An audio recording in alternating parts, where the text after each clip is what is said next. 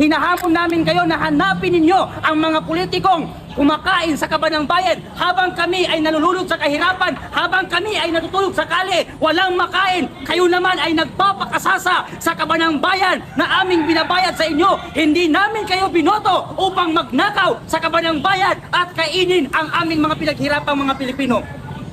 Kaya tinatawagan ko ang lahat ng kababayan kong Pilipino na sumama dito sa EDSA Shrine mamayang 5:30 at ipakita natin sa mga politiko na hindi tayo natatakot sa kanila. Tayo ang nagpaupo sa kanila sa mga posisyon nila. Tayo rin ang magbababa sa kanila sa mga posisyon nila dahil sa ginagawa nilang pagnanakaw sa ating mga pera dito sa kaban ng bayan. Saan na napunta ang flood control? Noong humihingi si BP Sara ng budget sa gobyerno ng Pilipinas, tinutuliksa at iniimbestigan habang ang ating mahal na Pangulo na si Duterte ay ipinakulong nila nang hindi man lang sila dumaan sa due process. Ngayon sasabihin ng tagapagsalita ng Malacanang na si Claire Castro na dumadaan sa due process ang pag-imbestiga. Imbestigahan nyo muna ang inyong mga sarili bago si BP Sara at ang taong bayan. Imbestigahan nyo muna ang mga sarili nyo dahil alam namin na mga Pilipino na magkakasabot kayo sa pagkain nyo sa flood control ng ating bansa na yan. Ang mga tao na mga diskaya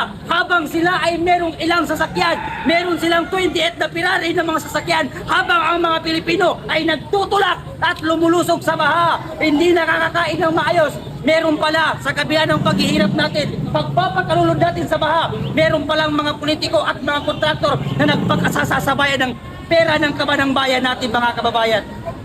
Kaya ngayon po, andito kami sa EDSA Shrine upang ipakita sa mga tao na yan, si Lancela Alonte na hindi na nahiya sa pagpiplex sa mga yaman nila. Mahiya naman kayong mga anak kayo ng kontraktor, mga anak ng congressman. Hindi kayo nahihiya na piniplex nyo sa social media ang inyong mga kayamanan na galing sa nakaw?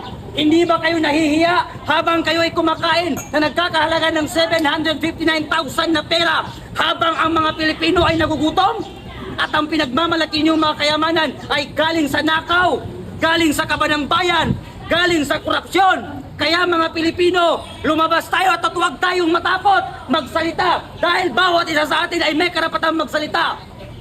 Dahil kaban ng bayan ang pinag-uusapan dito at taxpayer tayong mga Pilipino. Lahat tayo ay nagbabayad ng buwis. Kaya dapat natin ungkatin at ipalabas kung saan napunta ang mga flood control na ninakaw ng mga politika at mga kontraktor na yan. Maraming salamat po.